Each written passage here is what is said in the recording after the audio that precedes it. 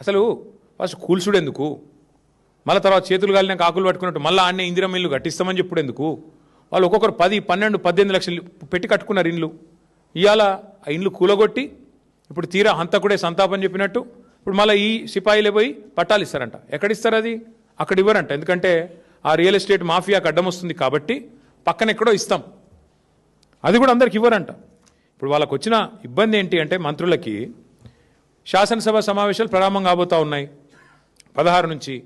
మేము వదిలిపెట్టాం, అటు మండలిలో ఇటు హౌస్లో నిలదీస్తాం, ఉక్కిరి బిక్కిరి అవుతారు. ఎందుకంటే ఇలా రియల్ ఎస్టేట్ మాఫియా భాగవతం బయటపడితే తట్టుకోలేరు.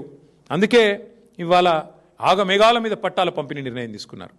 నేను ప్రభుత్వాన్ని ఒకటే చెప్తా ఉన్నా, రాష్ట్ర ముఖ్యమంత్రి కూడా ఒకటే చెప్తా ఉన్నా, వెలుగుమట్లలో ఏ నిర్ణయం అయితే మీరు తీసుకోక తప్పలేదో రాష్ట్ర వ్యాప్తంగా మీరు కూలగొట్టిన ప్రతి ఇల్లు ఆ ఇంటికి మళ్ళీ ఆ కూలిపోయిన వాళ్ళకి న్యాయం జరిగేదాకా, వాళ్ళకు పట్టాలు ఇచ్చేదాకా, వాళ్ళకి ఇండ్లు కట్టించేదాకా మేము వదిలిపెట్టాం.